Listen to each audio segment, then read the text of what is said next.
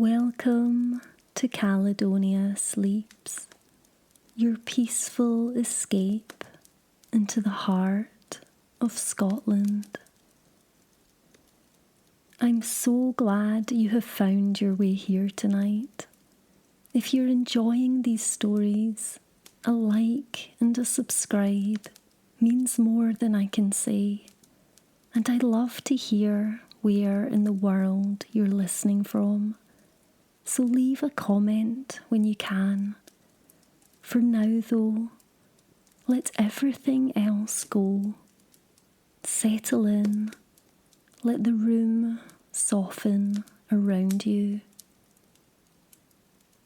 There is a particular kind of quiet that belongs to a summer evening in Scotland. Not silence exactly, but something close to it. A gentleness in the air, a sense that the world has slowed just enough to let you breathe. The evening is a soft one tonight, the kind that belongs to midsummer, when the light takes its time leaving and the sky holds a warmth long after the sun has gone. There is no real darkness at this time of the year, not in Scotland, just a slow, golden fading, a deepening of the blue, a gentleness that makes you feel as though the world is exhaling. The hills are still visible from the window, the water is still.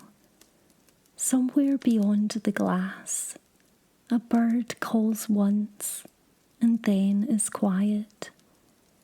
Tonight, we are not following a creature into the depths of a loch or walking the edge of a haunted kirkyard or standing at the threshold of a fairy hill.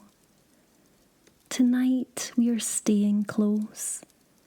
We are sitting by the fire, lower tonight, softer, more embers than flame, and we are listening. Because tonight, Scotland is going to sing to you, not in the way of concert halls or formal performance, not the polished, rehearsed kind of singing that happens on a stage for an audience. The singing we are talking about tonight is older than that, and quieter than that, and in many ways more powerful than that. It is a singing that happened in croft kitchens and on hillsides, at the shore and around long communal tables. The singing of women at work, and mothers in the dark, and communities keeping time together with their voices when they had nothing else.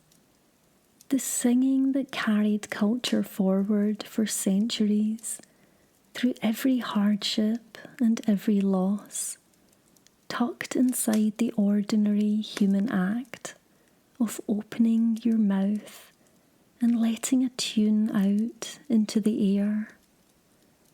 This is the music Scotland was built on, and it is still here. There is a Gaelic proverb that has been carried through generations of Highland life. The end of the world will come, but love and music will live forever. It is not difficult to understand why a people would say something like that.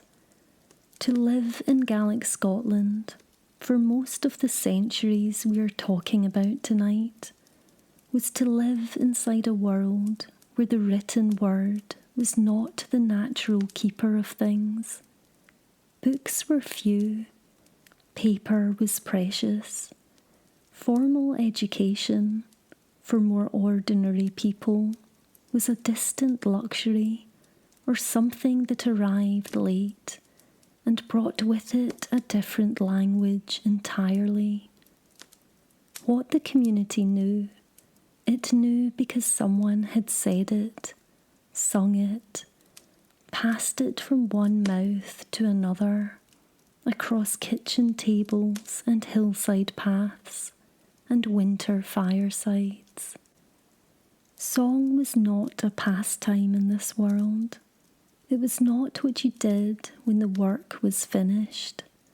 Song was woven into the work itself, into every rhythm of the day, from the first grey light of morning to the last ember of the night. The ethnologist John Shaw, who spent much of his life listening to and recording the traditions of Gaelic-speaking communities, put it this way: the occasions for singing were so numerous that Gaelic song had, over generations, inevitably made up a large part of inner verbal dialogue of many traditional Gaels. Think about what that means. Not just singing at celebrations, not just singing at festivals. Singing is the inner language of a culture. Singing the way other people might think. Almost every kind of work had its song. The rhythm of milking had its songs. The rhythm of spinning had its songs. The long physical effort of shrinking and softening newly woven tweed had its songs. And we will come to those in some detail tonight, because they are extraordinary. Reaping had its songs, rowing had its songs, and laying a child down to sleep had perhaps most tenderly of all its own very particular kind of song. These were not composed by professionals. They were not written down by bards and distributed for performance. Most of them have no single author.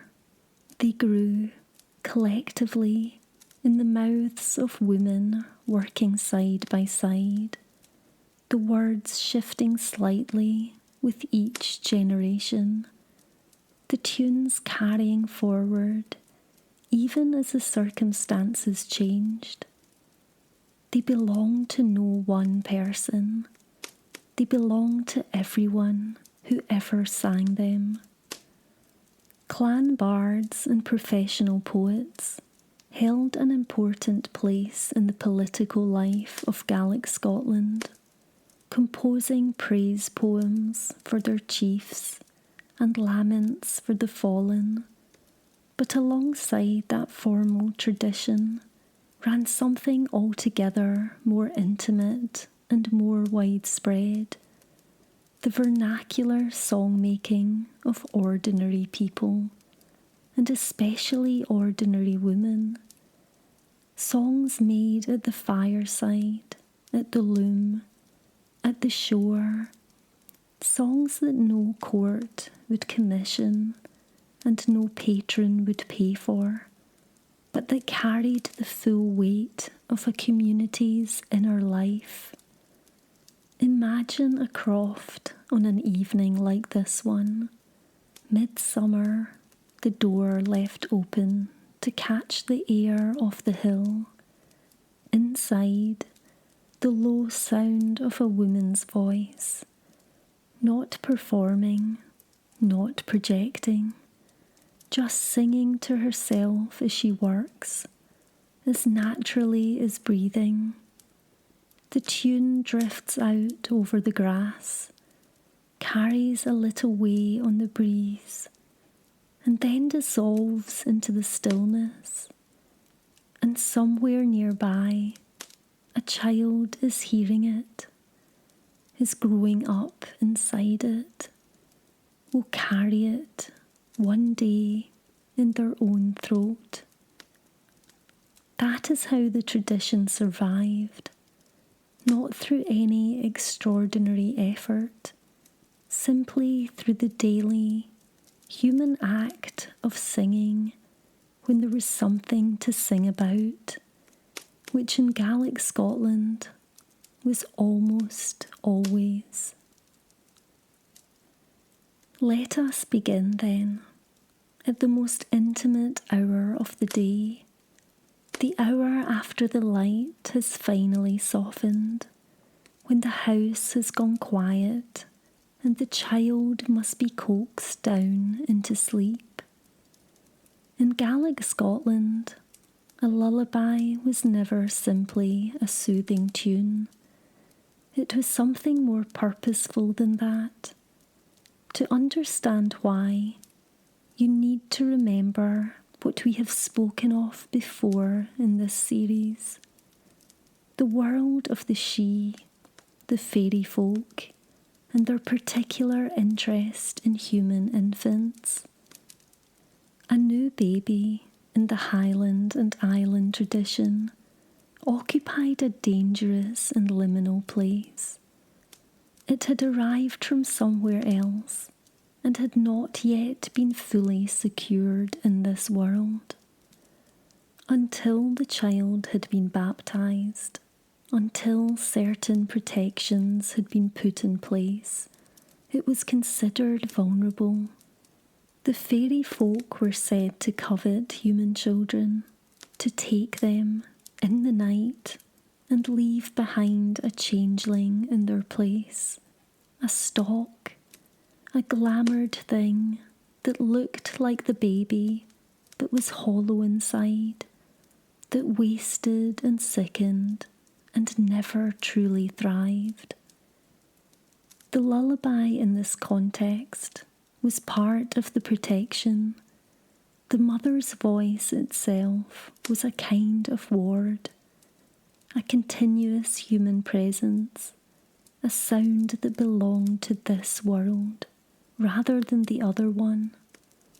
To sing over a sleeping child was to say, this child is watched over, this child is held, you cannot have them. The Gaelic word for lullaby is talach, meaning to soothe, to coax, to beguile. Some sources suggest it also carries a sense of drawing something gently in a direction, as though the lullaby is steering the child away from danger, as much as settling them into rest. Whether that is etymology or poetic instinct, the image holds true. The lullaby was always doing two things at once. It was drawing the child towards sleep, and it was drawing the unseen world away. The vocables that run through Gaelic lullabies are not nonsense in the dismissive sense of the word. They are sounds chosen for their texture in the mouth, for the way they carry warmth without requiring meaning. They hum and they settle. They do what a rocking motion does, what a heartbeat does. They create a rhythm that holds the listener somewhere between waking and sleep, in the soft borderland where the body finally lets go. The refrain, O horo, iriri, kada gula, which we will return to at the close of tonight's episode, translates simply as sleep until day. Not sleep forever, not sleep deeply, just sleep until day comes back. There is something quietly reassuring in the modesty of that. The mother is not promising the child a world free of difficulty. She is promising them the morning. Sleep until day. I will still be here. One of the most enduring lullabies in the Scottish tradition is known as beul beulleri, or sometimes as the Bressy lullaby. The word beul is simply the Scots word for lullaby, a gentle, round-sounding thing, beul, like the breath leaving your body slowly. On the 22nd of January 1949, a BBC recording team visited the small Shetland island of Bressy, a low green island just a short ferry ride from the Shetland capital of Lerwick. There they recorded a singer performing a lullaby that had been passed down through the community for generations. That recording was later published by the American folk song collector Alan Lomax in 1951, and it is how the Bressy lullaby came to be known beyond the islands.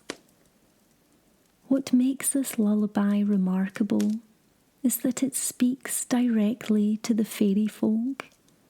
It does not merely hope they will stay away, it addresses them, it sends them away. Gang awa, peerie fairies, frae ben nu. Go away, little fairies, from our home now. And then, having cleared the room of one kind of invisible presence, the singer invites another kind in. Doon come the bonny angels, tear ben nu. Come down the lovely angels to our home now. And finally, when the room is swept clean and the good presences have arrived, sleep saft, my baby, in your ben nu. Sleep softly, my baby, in our home now. It is a small domestic piece of magic, conducted in 3 movements. First the banishing, then the welcoming, then the settling. The mother is not helpless in the face of the threat. She has words, she has her voice, and she uses both.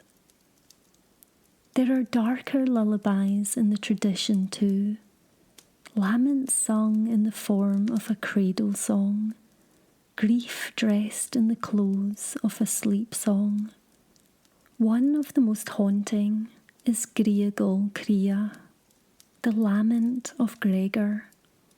It dates to the 16th century and commemorates the execution of Gregor Roy MacGregor, carried out by order of his wife's own father and brother, in front of her and their infant child, in 1570. The song is sung by the widow as a lullaby to the baby she is holding, a child who does not yet understand the words, while the mother sings out her grief in full. It is almost unbearably moving in its structure, the most tender gesture in the world, a mother rocking her child, carrying the most devastating content. The song has been sung, collected, and recorded continuously from the 16th century to the present day. Picture it, if you will, a low room on a small island, the window showing nothing but pale sky and the distant flicker of light across the water. A woman sitting beside a cradle, her voice very quiet, almost below the threshold of hearing. Gang awa, peerie fairies, sleep saft, my baby.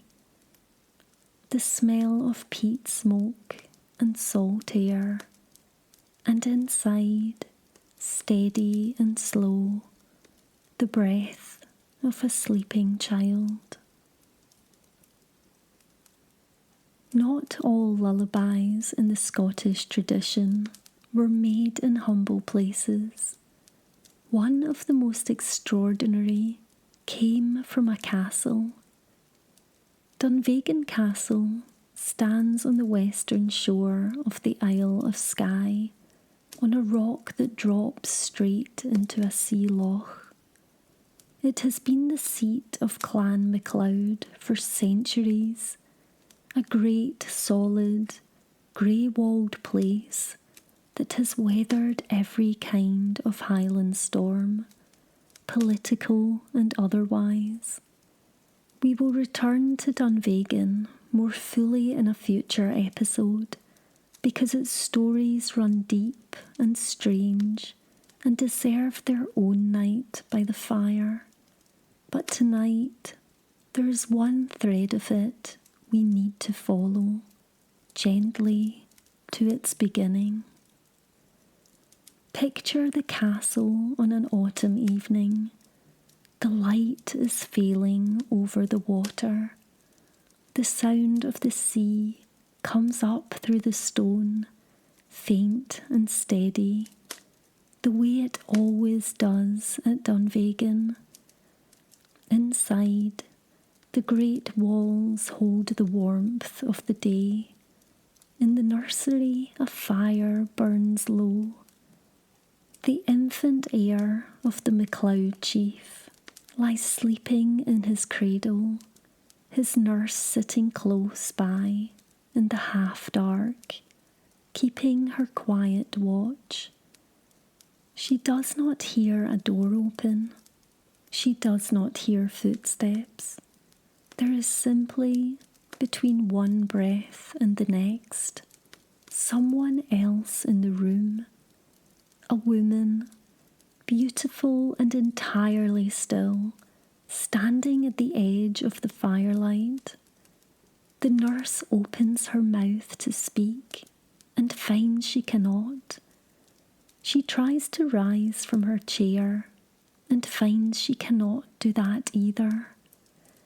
Some force, gentle but absolute, holds her exactly where she is. She can only watch. The woman goes to the cradle.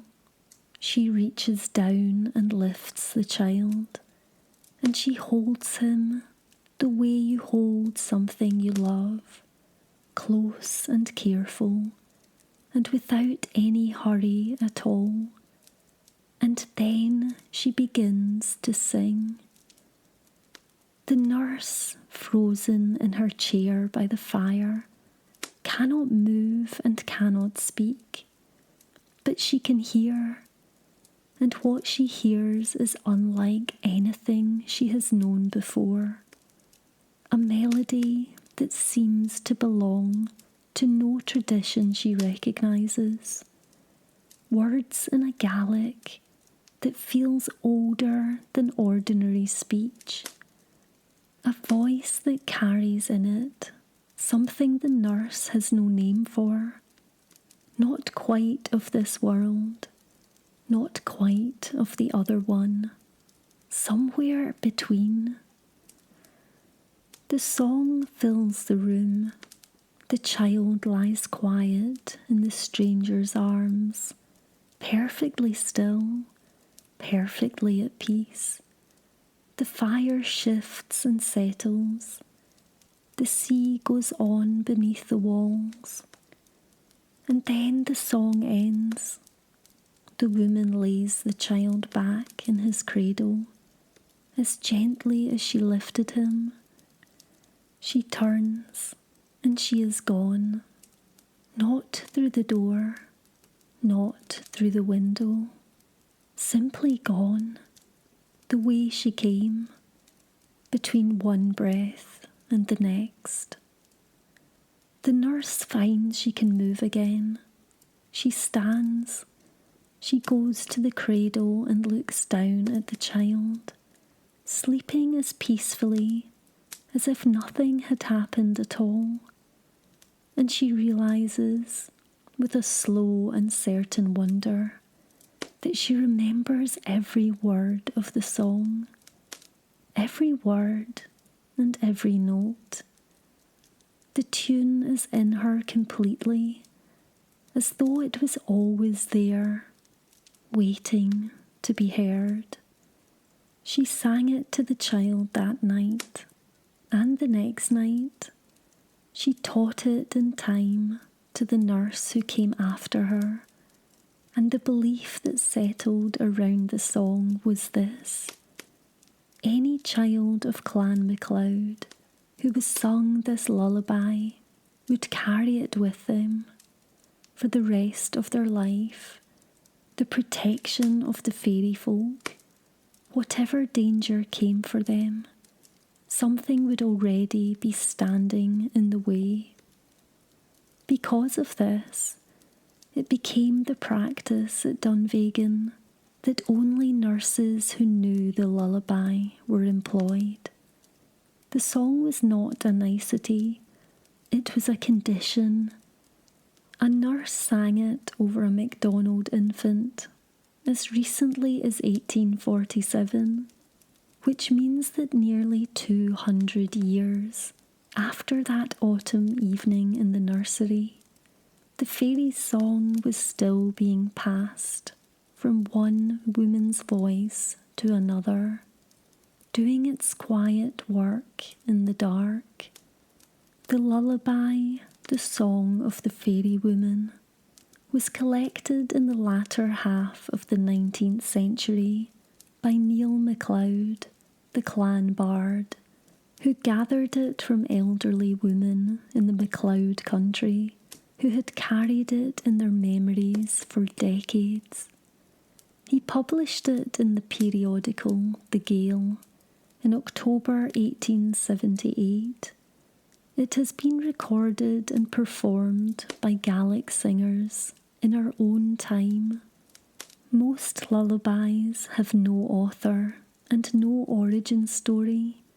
They simply exist, passed hand to hand across so many generations that any beginning has long since dissolved. This one is different. This one has a moment, a nursery on an autumn evening, a fire burning low, a woman who was not quite human, holding a child who was, and singing to him something that should not have been possible to remember, and yet was remembered, and kept, and carried forward through the centuries in the voices of women who understood that some songs are too important to let go. Dunvegan has more stories still to tell us. We will return, but tonight, that is the thread we needed.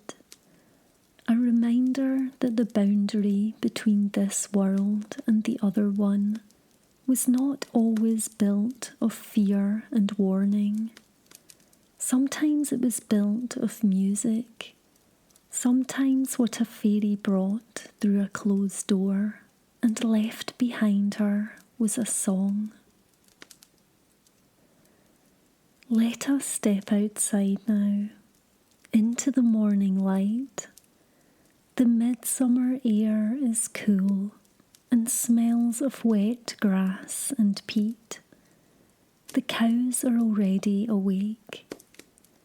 The crofting cow was not simply livestock, she was the heartbeat of the household. Her milk was the foundation of the larder, the butter, the crowdy cheese. The cream thickened on the surface of the evening bowl. A family's survival through the lean months depended in no small part on whether the cows were giving well. And in Gaelic Scotland, everyone understood that the cows gave better when they were sung to. There is a Gaelic proverb that captures this beautifully. It is from the head that the cow is milked. meaning that what you put into the animal, the care and the attention, and the relationship you built with her, was what you got back in milk. A cow was not a machine. She was a living creature with preferences and sensitivities and apparently opinions about music. Milking songs form one of the largest bodies of work within Gaelic song tradition. They are among the most numerous and most varied, and many of them are addressed directly to the cow herself. Her name is used, her qualities praised, her calves mentioned with affection. A cow was not merely milked in this tradition, she was spoken to, sung to, flattered even. The practical dimension of this is not as fanciful as it might sound. Hand milking requires a cow to be relaxed and cooperative. A frightened or tense animal holds her milk back. The rhythmic sound of a familiar voice, a voice the cow had heard every morning of her life, was genuinely useful. It settled the animal. It created a kind of contract between the milker and the milked. And if the milker stopped singing or sang the wrong song, the cow might well register her displeasure. There are accounts of cows kicking the pail over at an unfamiliar voice or refusing to let the milk down for someone who had not bothered to sing. The relationship, built tune by tune over months and years, was a real one. A common feature of the milking songs is what scholars call the repurposing of a tune. The rhythm of hand milking, steady, repetitive, bilateral, is not so different from the rhythm of spinning or the rhythm of churning butter. So the same song might travel between tasks. A tune learned at the churn might be borrowed for the milking. A spinning song might find its way to the cradle.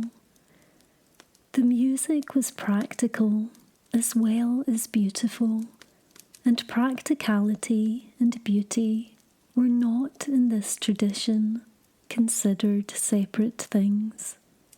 One of the people who witnessed and documented this world most vividly was a young American woman called Margaret Fay Shaw. She had been born in Pennsylvania in 1903, had studied music in New York and Paris, and in 1929, following her instincts more than any plan, she found her way to South Uist in the Outer Hebrides and stayed for 6 years. She came as a stranger to a Gaelic-speaking community whose daily life had changed little over centuries. She was taken in by 2 sisters, Peggy and Mary McRae, who were themselves exceptional traditional singers. And over those 6 years, living inside the crofting world, learning the language and the customs and the songs, Margaret Fay Shaw began to record what she saw and heard. She had a camera and later a recording device, and she used both with extraordinary care. Among her photographs is one that has become quietly famous in the world of Gaelic folk music. It shows her landlady, Peggy McRae, in the field at North Glendale, South Uist, around 1930. Peggy is milking a cow called Dora, and Peggy is singing. The photograph cannot give you the sound, of course, but you can see in the way she sits, and the way the cow stands, the ease of it, the long familiarity, the song that was part of the work. Shaw's collection of songs and folklore from South Uist, published in 1955 as Folk Songs and the Folklore of South Uist, is one of the most important documents of Gaelic cultural life ever made. She described her work as an attempt to give a true record of a splendid people. The people she recorded gave her their generosity and their patience. They gave her their songs, and those songs survived because she was there in the right place, with a willing ear and enough love for the islands to stay. In 1951, the American folk song collector Alan Lomax came to Scotland and recorded over 250 Gaelic songs in just a few days. He was in a hurry, and he was right to be. The world he was recording was already beginning to slip away, the old ways of crofting life contracting, the Gaelic language retreating, the songs that had once been sung every morning at every milking, slowly falling out of daily use. Lomax understood what he was witnessing. His collection has been described as documenting a way of life entirely lost in 21st century Scotland. The milking songs are among the most intimate things in that collection. Not dramatic, not grand, just a voice, very close to the microphone, singing to a cow on a grey morning in the Hebridean.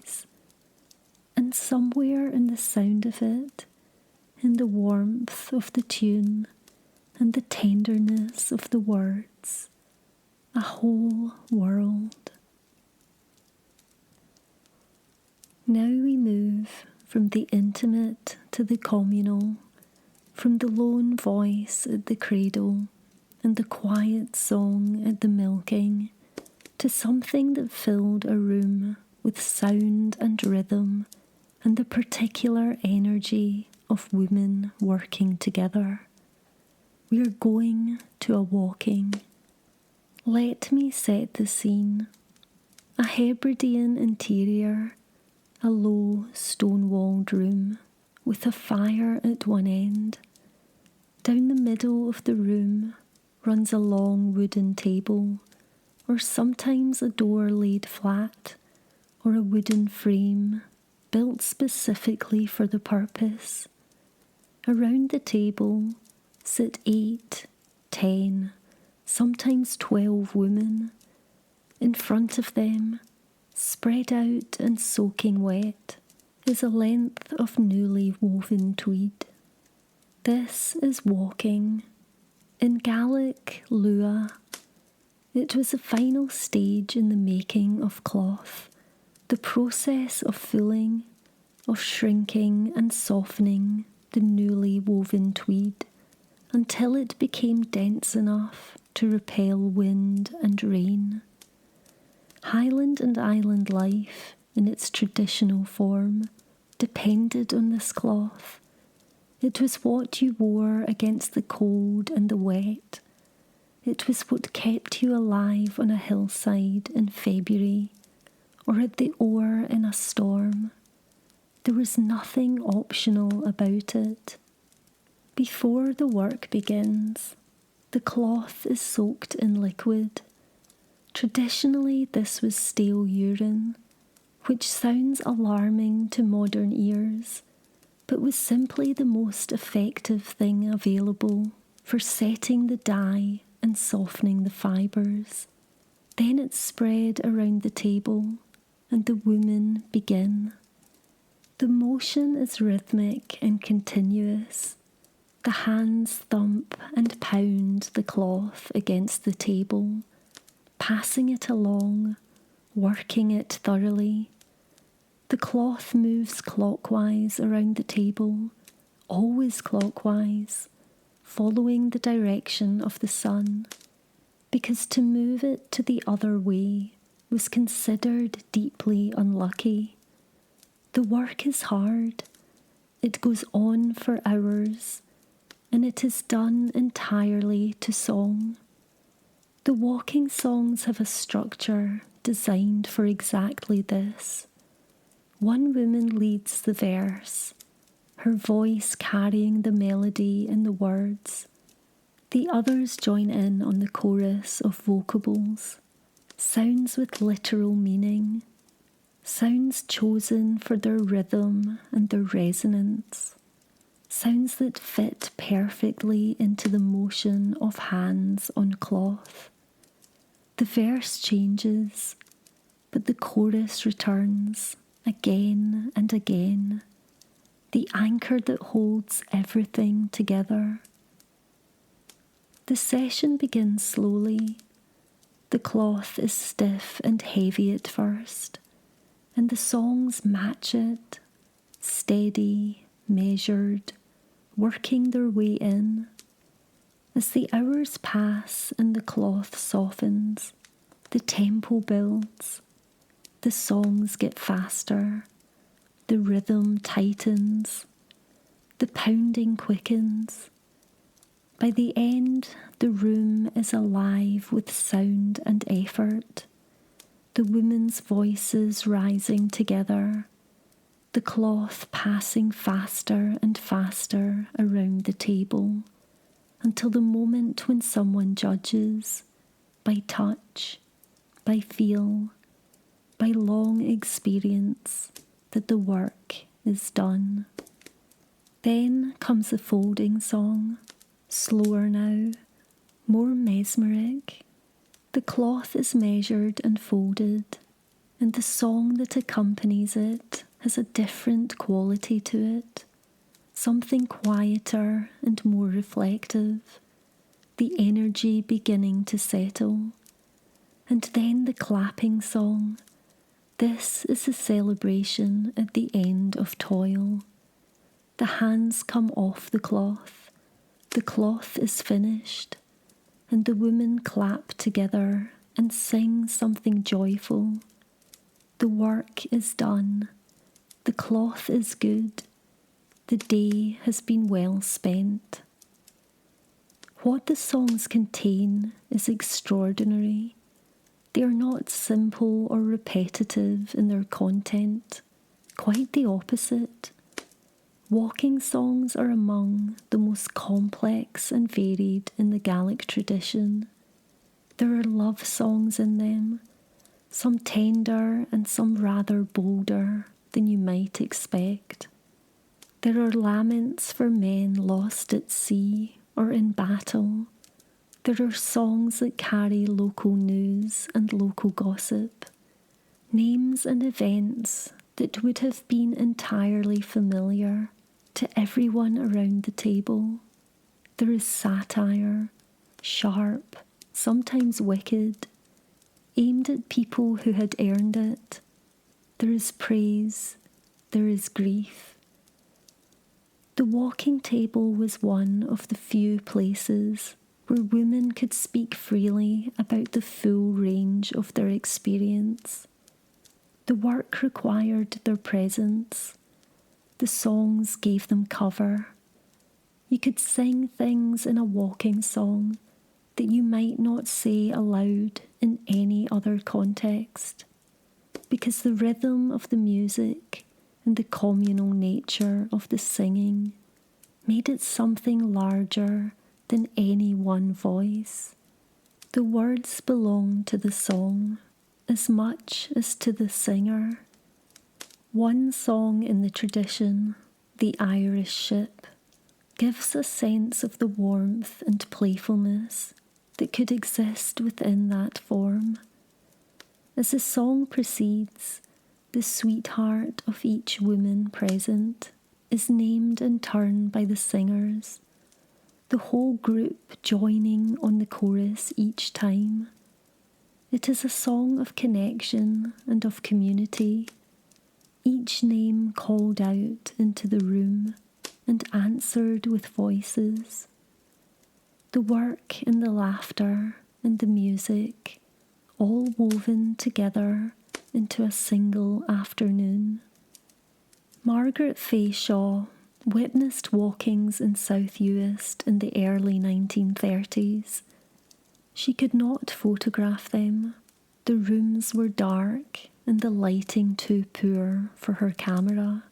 But she wrote about what she saw and heard with the particular precision of someone who understood she was watching something that would not last much longer. The practice had already retreated to the more traditional communities. Within a generation, it would be gone from daily life entirely, replaced by machines that could full cloth without the need for song or woman or the slow work of human hands. But the songs did not disappear with the practice. Some of them were saved by Shaw, by the great collection Hebridean folk songs, compiled by John Lorne Campbell and Francis Collinson over 3 volumes between 1969 and 1981, by the School of Scottish Studies at the University of Edinburgh, by Alan Lomax's 1951 recordings, by the singers who refused to let the tunes go silent. They are performed today by contemporary Gaelic musicians, and every year at the Royal National Mode, Scotland's great Gaelic festival of music and language, walking songs are sung in competitions and concerts by singers who may never have sat at a walking table in their lives, but who carry the tradition in their voices. And then there is what happened when the clearances came. As we have spoken of before in this series, the Highland clearances drove vast numbers of people from their land and onto ships, and across the ocean to new lives in America, Canada, Australia and beyond. They took almost nothing with them. The land was gone. The houses were burned or fell to ruin. The old ways of life, the crofting, the sheelings, the common grazings, could not be transplanted. But the songs could, and they were. In Nova Scotia in Canada, the descendants of Highland emigrants kept the walking tradition alive in a form they called the milling frolic. Without the daily necessity of processing homespun tweed, the practice became a community gathering rather than a domestic task.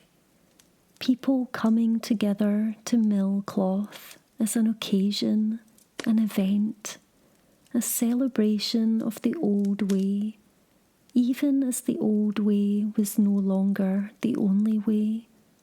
The songs shifted and adapted in the mouths of the new world, as songs always do, but they survived. They crossed an ocean and took root, and they are still sung in Cape Breton today by people who can trace their singing voices back, if they follow the line carefully enough, to a room in the Hebrides and a long table and the sound of women's hands keeping time. Not all singing in the Gaelic tradition was tied to work or to worry or to the protection of the vulnerable. Some of it was simply for the joy of moving. Porch da beul, literally tunes from a mouth, is one of the great delights of Scottish musical tradition. It is mouth music, the practice of setting dance tunes to the voice, of using the human throat as a fiddle or a pipe, or producing reels and strathspeys and jigs through the mouth alone. Rhythm is everything in Porch da beul.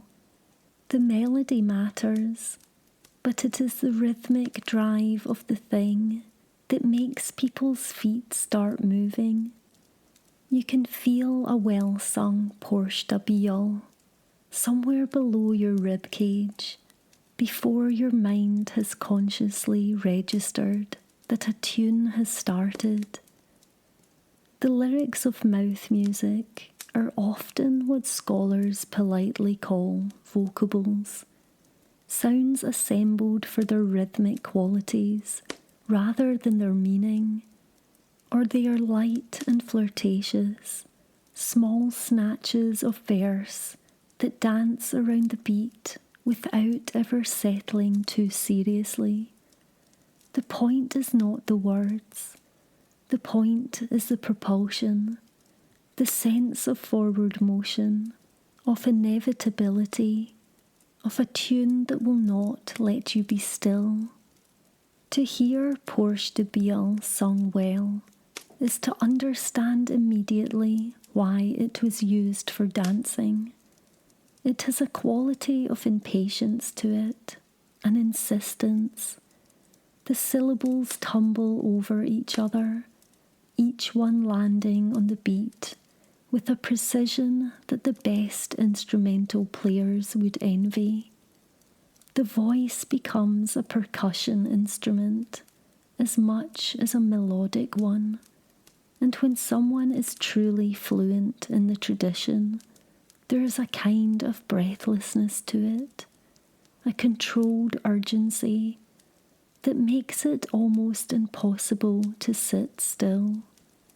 There is a popular tradition, beloved in the retelling, that a Porch da beul was born in the aftermath of the Jacobite Rising of 1745, when the British government banned the Highland bagpipes.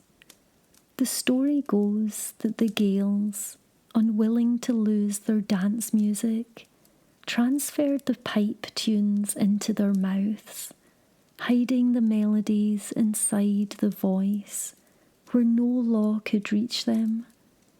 It is a wonderful image, resistance expressed through the act of singing, a culture preserving itself by putting the music somewhere it could not be confiscated.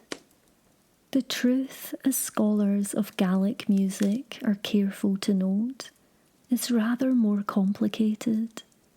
Mouth music predates 1745 by a long way and was practised across the Gaelic world, in Ireland, in the Scottish Highlands and Islands, in the communities of Nova Scotia. It did not need a crisis to call it into being.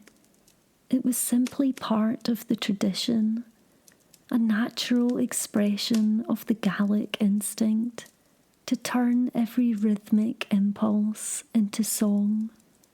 But the post-Culloden story persists because it carries something true inside it, even if the historical specifics are inexact. The tradition of finding ways to keep the music alive when the instruments were taken or the gatherings were forbidden or the language was under pressure, that is real. That happened.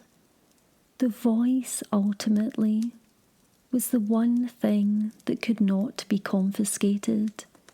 You could take someone's pipes. You could not take their throat. There is also something deeply democratic about a Porch da beul that sets it apart from other musical forms. You do not need to own an instrument. You do not need years of expensive training or a patron wealthy enough to fund your practice, or a performance space large enough to justify the effort. You need only a voice and a willingness to let it carry a tune, which means that in any gathering, in any barn, on a hillside, in a kitchen after supper, music was always possible. Someone would always have their voice with them. Someone would always be willing to start. Imagine a summer barn on a long evening. The work is done for the day. Someone starts a tune in their throat, not quite humming, not quite singing, something faster than either, the syllables tumbling over each other in the rhythm of a reel. Someone else picks it up, a third voice joins in, and then feet are moving on the earthen floor, and the barn is filled with the sound of people dancing to music that requires no instrument, no page, no preparation, only a voice willing to become the tune. That is Porch de beul, music conjured from breath alone, joyful, physical, irrepressible, the most democratic music in the world, because everyone has a mouth and everyone can try. We have moved tonight through a whole world of song, from the lullaby to the milking song, to the walking table, to the dancing barn, from the most private and protective moment, a mother's voice over a sleeping child, to the most communal and joyful. What all of these songs share is the same thing, the unaccompanied human voice, no instrument behind it, no page in front of it, no audience expecting a performance, just a person opening their throat and letting the music out, because the work required it, or the child needed it, or the occasion called for it, or simply because the silence felt incomplete without it. The Gaelic world was not unusual in having work songs. Most cultures developed them, wherever people did rhythmic labour together. But what the Gaelic tradition developed was something more pervasive than that. Song was not a response to specific tasks. It was a way of being in the world, a way of paying attention, a way of saying, this moment matters, and I will mark it with music. A great deal of this tradition came very close to being lost. The combination of the clearances, the suppression of the Gaelic language, the arrival of formal education in English, the industrialisation of cloth production, the shift from crofting to wage labour, all of these things together wore away at the circumstances that had made these songs necessary. You do not need a milking song if you are not milking by hand. You do not need a walking song if a machine fools your cloth. You do not need a Porch de beul if there is a radio in the corner. And yet, Margaret Fay Shaw arrived in South Uist in 1929 with a notebook and a camera and later a recording machine, and she stayed for 6 years and filled her notebooks and her reels with what she heard. Alan Lomax came through Scotland in 1951 with his equipment and his urgency, and recorded voices that might otherwise have been the last to sing those songs. The School of Scottish Studies gathered and archived. Collectors like John Lorne Campbell and Francis Collinson spent decades assembling the great Hebridean folk song collections. And the singers themselves, the women of South Uist and the Outer Hebrides, who sang for these collectors, who trusted strangers with their music, they gave us everything we now have. The songs did not die. They changed their form, from daily necessity to cherished tradition, from work song to concert piece, from kitchen to stage. But the tunes survived, the words survived. The muscle memory of the walking rhythm survived in the arms of women who learned it not at a daily table, but at a folk festival, who then taught it to others, who taught it onwards. There are children in Scotland today who know the Bressay lullaby. There are singers at the Royal National Mod who perform walking songs in competition. There are groups of enthusiasts who gather to actually walk cloth, to wet the tweed and beat it and sing the old songs, not because they need the cloth, but because the practice itself is worth preserving, worth feeling in the hands and the arms and the voice. The Inverclyde Walking Group, based on the west coast of Scotland, have walked cloth on the Isle of Skye and elsewhere, keeping the physical knowledge of it alive alongside the musical knowledge.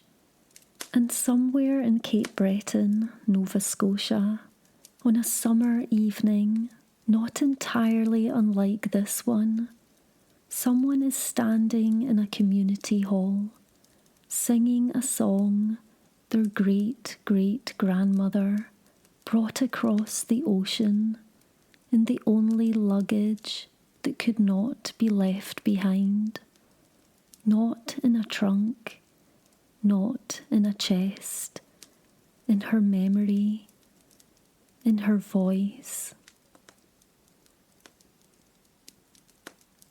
The embers are low now. The light outside is still pale and golden. It will be that way for hours yet. The long midsummer dusk, doing what it always does, holding the darkness gently at bay.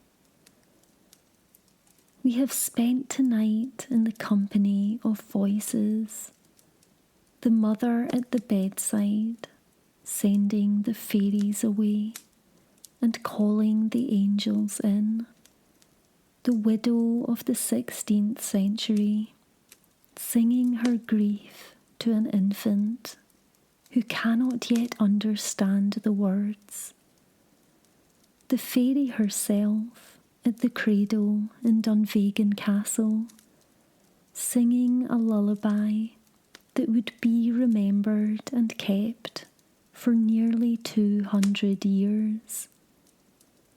Peggy McRae in the field at South Uist, singing to Dora the cow on a grey Hebridean morning. The women at the walking table, their hands moving and their voices rising, carrying love songs and laments and gossip and grief, all woven into the rhythm of cloth being made, and the dancer in the barn, whose feet were moving to music that needed no instrument to exist, only a voice, willing and alive. What I hope you carry from tonight is something very simple, that the most powerful music is not always the grandest, that the songs that kept Scotland's culture alive across centuries were not composed by great masters or performed in grand halls. They were sung by ordinary women in ordinary rooms, doing the work that needed doing, making the care that needed making. They were sung to cows and to children, and to lengths of wet cloth, and to each other. And they are still here, still being sung, still being passed from one voice to another, the way they always were. O horo, iriri, kadagula, sleep until day. Let those old tunes carry you now. Let the voices settle over you like the midsummer light, slow and golden, and in no hurry to leave. Sleep softly.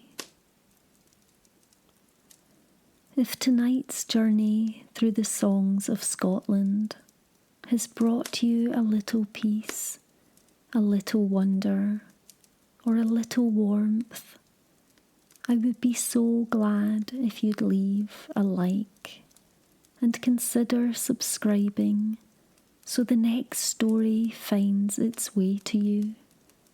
Scotland has so many more songs to sing. Good night from the fireside. Good night from Scotland. Good night